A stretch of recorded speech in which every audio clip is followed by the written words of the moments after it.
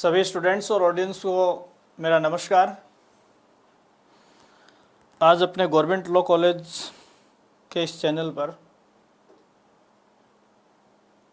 एक बार फिर मैं आपसे रूबरू होने आया हूं और आज की इस कक्षा का संबंध या इस वीडियो का संबंध जो है वो विधि द्वितीय वर्ष के छात्रों से है। और पिछले कुछ वीडियोस से या एक सीरीज़ के माध्यम से अपन विधि द्वितीय वर्ष के लिए एडमिनिस्ट्रेटिव लॉ का अध्ययन कर रहे हैं। आपको पता है कि ये अपने आप में एक डायनेमिक सब्जेक्ट है और पिछले कुछ वीडियोस में जो अंतिम टॉपिक अपन ने डिस्कस किया था वो डेलीगेटेड लेजिस्लेशन था। आज हम डेलीगेटेड लेजिस्लेशन के ऊपर कंट्रोल की बात करेंगे। जैसे कि आप सब जानते हो कि डेलीगेटेड लेजिस्लेशन के ऊपर विधायी और न्यायिक नियंत्रण जो है वो बहुत ही महत्वपूर्ण है। या लेजिस्लेटिव बॉडी द्वारा और जुडिशरी द्वारा इसके ऊपर कंट्रोल किया जाता है और किया जाना अपेक्षित भी है। तो अपन डेलीगेटेड लेजिस्लेशन के ऊपर कंट्रोल की बात करें, इससे पहले हम वो वजह जाने कि डेलीगेटेड लेजिस्लेशन जो आज की डायनेमिक एडमिनिस्ट्रेटिव स्टेट के लिए एक वरदान साबित हो रहा है और बहुत सारे बर्डन्स जो हैं स्टेट के उनसे मुक्ति भी मिल रही है, फिर भी ऐसी विषय वस्तु पर या इस टॉपिक के ऊपर कंट्रोल की आवश्यकता क्यों है? क्योंकि किसी भी सिस्टम में नियंत्रण जो है वो उसकी स्टेबिलिटी को बनाए रखता है। दूसरी बात, जैसे डेलीगेटेड लेजिस्लेशन की जो शक्ति एग्जीक्यूटिव बॉडीज को है या कार्यपालिका को है, वो उनको एक अतिरिक्त सत्ता या अथॉरिटी का ट्रांसफ़र करती है, हस्तांतरण करती है। और जैसे जैसे किसी भी निकाय की या किसी व्यक्ति की शक्तियों में या अथॉरिटीज़ में इजाफा होगा, वैसे वैसे उसमें करप्शन या भ्रष्टाचार की उम्मीद बढ़ती है, या यूँ कह सकते हैं कि उसमें तानाशाही प्रवृत्तियाँ जो हैं वो जन्म लेने लग जाती हैं। तो यहाँ डेलीगेटेड लेजिस्लेशन के ऊपर अपन विधायी और जुडिशियरी कंट्रोल की बात करें, उससे पहले इसके कंट्रोल से संबंधित जो बातें हैं उन पर अपन चर्चा करें। तो आज की इस वीडियो में आपके साथ जो मैं डिस्कस करूँगा वो मुद्दा है कि प्रत्यायोजित विधायन पर नियंत्रण क्यों आवश्यक है। प्रत्यायोजित विधायन पर नियंत्रण क्यों आवश्यक है, अपना मुद्दा ये है। तो प्रत्यायोजित विधायन पर नियंत्रण क्यों जरूरी है, ये बात अपन करेंगे। ये ऐसी कौन सी खास वजह हैं जिनकी वजह से डेलीगेटेड लेजिस्लेशन के ऊपर कंट्रोल की आवश्यकता हमें पड़ती है। तो देखो, सबसे पहले तो आप इसका जो आपको स्क्रीन पर दिख रहा है उसका आप स्क्रीनशॉट ले सकते हैं और एक सफिशिएंट नोट है इस टॉपिक के ऊपर। सारी हेडिंग्स जो है वो आपको क्लियर कट दिख रही है, इसलिए आप सबसे पहले इसका स्क्रीनशॉट लें। अब आते हैं अपन इसके पहली वजह पर।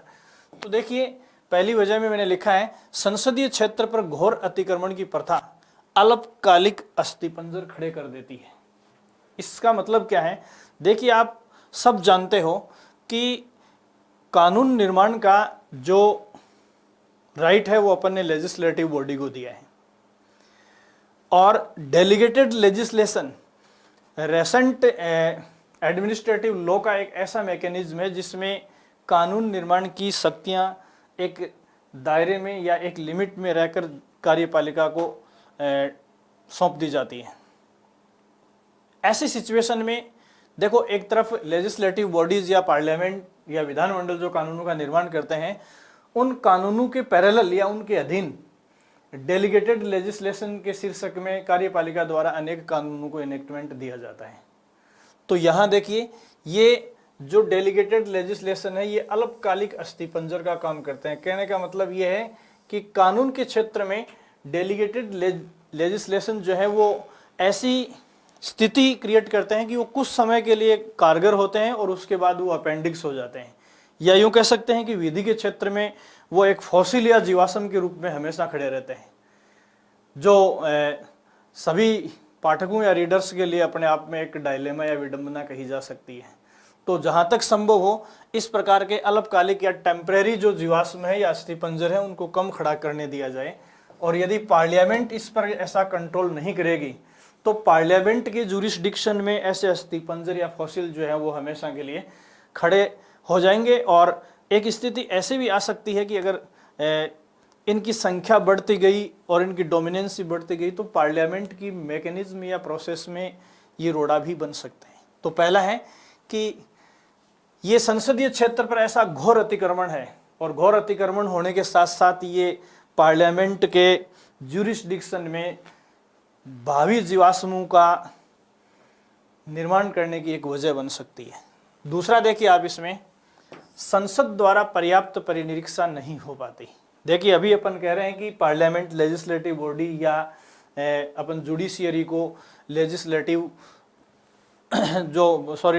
ये जो डेलीगेटेड लेजिस्लेशन है उस पर कंट्रोल की शक्ति है, लेकिन इन दोनों ही निकायों के लिए देखो दिन प्रतिदिन डेलीगेटेड लेजिस्लेशन की संख्या इतनी तेजी से बढ़ती जा रही है, और इस बढ़ती हुई संख्या पर विधानमंडलों और जुडिशियरी द्वारा परिनिरीक्षा करके कंट्रोल करना पॉसिबल नहीं है। इसलिए ये डेलीगेटेड लेजिस्लेशन जो है उनकी वाचिंग करना या उन पर नियंत्रण करना एक महती आवश्यकता है आज की। तीसरा बिंदु देखिए इसमें क्या है, शक्ति इतनी विस्तृत हो जाती है जो न्यायिक सुरक्षा को भी दुर्लभ कर देती है। देखिए आपको पता है कि प्रशासकों के पास या कार्यपालिका के पास सविवेकीय शक्तियां होती हैं, और वो अपने सविवेकीय शक्तियों में इजाफा करने के लिए या इनका निरंकुश इस्तेमाल करने के लिए डेलीगेटेड लेजिस्लेशन का कई बार सहारा लेते हैं। और ये डेलीगेटेड लेजिस्लेशन का सहारा जब कार्यपालक अपने सविवेकीय शक्ति से लेते हैं तो ऐसी स्थिति क्रिएट कर देते हैं कि ये डेलीगेटेड लेजिस्लेशन को न्यायिक सुरक्षा से या न्यायिक पुनरावलोकन से बाहर कर देते हैं। कहने का मतलब बहुत सारे डेलीगेटेड लेजिस्लेशन ऐसे निर्मित हो जाते हैं जो न्यायिक नियंत्रण से बाहर हो जाते हैं। और ये भी एक विडंबना ही है कि पहली बात तो लेजिस्लेशन का काम जो है वो लेजिस्लेटिव बॉडी का है, जबकि डेलीगेटेड लेजिस्लेशन में हस्तक्षेप किसका होता है, कार्यपालिका का होता है, और इसके बावजूद भी ये जो है वो न्यायिक सुरक्षा को दुर्लभ कर देती है। इसलिए टाइमली इसका नियंत्रण या परिनिरीक्षा होनी बहुत जरूरी है। चौथा जो कारण है इसका, संसदीय कानूनों की तरह इन पर आम जनता की राय संभव नहीं है। देखो विधानमंडल या पार्लियामेंट जब भी किसी कानून को बनाते हैं, अधिनियम को बनाते हैं, उससे पहले गजट द्वारा या राष्ट्रीय समाचार पत्रों के माध्यम से 3 बार नोटिफाई करके या पब्लिश करके जनता को अपना इरादा जताते हैं कि पार्लियामेंट ऐसे कानून को या विधानमंडल ऐसे कानून को पारित करने जा रहा है, और इससे जनता की राय जो है वो आमंत्रित की जाती है। जबकि डेलीगेटेड लेजिस्लेशन के प्रतिपादन से पूर्व जनता के सामने ऐसा कोई प्रकाशन नहीं किया जाता है। तो यहाँ देखो संसदीय कानूनों की तरह इनका आम जनता की राय संभव इसलिए नहीं हो पाती क्योंकि इनकी संख्या इतनी ज़्यादा होती है, और हर एक ऐसे डेलीगेटेड लेजिस्लेशन के ऊपर आम जनता की नज़र जाए ये पॉसिबल नहीं है। पांचवा बिंदु देखिए आप, इसमें संसदीय कानूनों की तरह नागरिकों के लिए प्रचार प्रसार संभव नहीं है। देखो डेलीगेटेड लेजिस्लेशन शीर्षक में जो नियम, परिनियम, उपनियम, आदेश जो भी जारी किए जाते हैं कार्यपालिका द्वारा, उनका उस हद तक एडवर्टाइज नहीं किया जा सकता या उनको उस हद तक एडवर्टाइजमेंट नहीं दिया जा सकता जिस तरीके से पार्लियामेंट या विधानमंडल अपने अधिनियमों को देते हैं।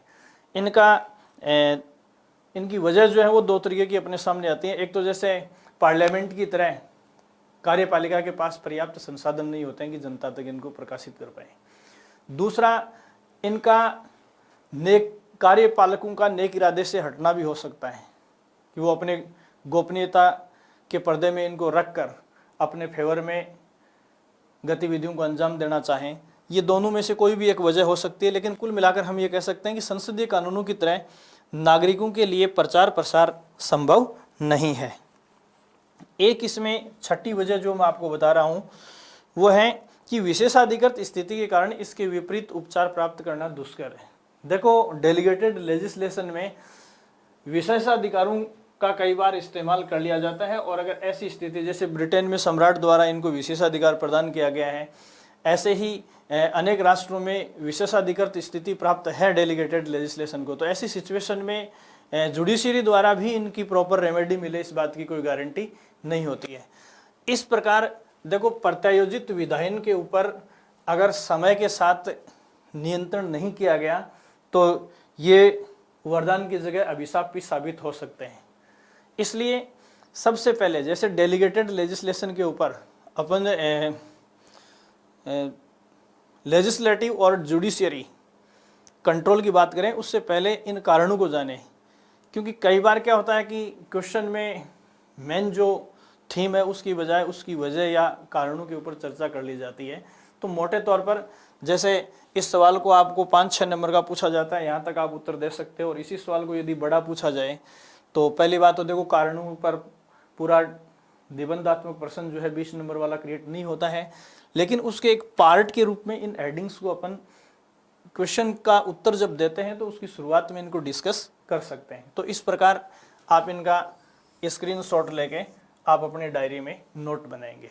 तो ये कुछ वजह थी जो प्रत्यायोजित विधायन पर नियंत्रण की वजह कायम करती है। Thank you so much.